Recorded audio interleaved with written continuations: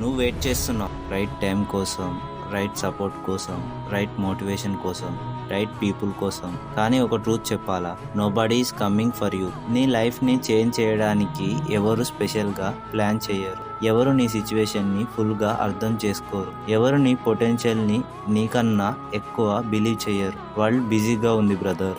అందరూ వాళ్ళది వాళ్ళు చూసుకుంటున్నారు. నువ్వు మాత్రం ఒక్కరోజు నేను స్టార్ట్ చేస్తా అని వెయిట్ చేస్తున్నావు. పర్ఫెక్ట్ టైం ఉండదు, పర్ఫెక్ట్ మూడ్ ఉండదు, పర్ఫెక్ట్ క్లారిటీ కూడా ఉండదు. క్లారిటీ యాక్షన్తో వస్తుంది, కాన్ఫిడెన్స్ రిజల్ట్స్తో వస్తుంది, రిజల్ట్స్ కన్సిస్టెన్సీతో వస్తుంది.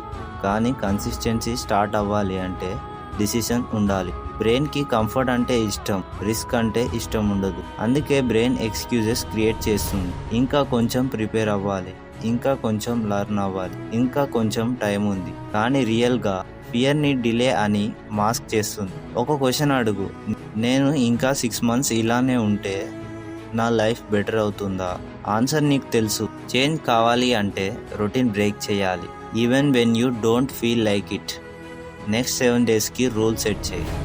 ఓవర్ థింకింగ్ కాదు, ఎక్స్క్యూజన్. మోటివేషన్ కోసం వెయిట్ కాదు, డిసిప్లిన్.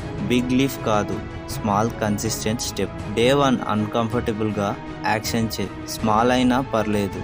మూమెంటం క్రియేట్ అయ్యాక కాన్ఫిడెన్స్ ఆటోమేటిక్గా వస్తుంది. లైఫ్లో బిగ్గెస్ట్ ట్రాప్ ఏంటంటే waiting for approval, waiting for support, waiting for perfect momentum. Reality ఏంటంటే నోబడీ ఈజ్ కమ్మింగ్. కానీ గుడ్ న్యూస్ ఏంటంటే నువ్వే ఎన్నో. Start ugly, start scare, start small, కానీ స్టార్ట్ చేయి. ఇలాంటి వాల్యుబుల్ కంటెంట్ కావాలి అంటే మన ఛానల్ని ఫాలో అవ్వు, సబ్స్క్రైబ్ చేసుకో.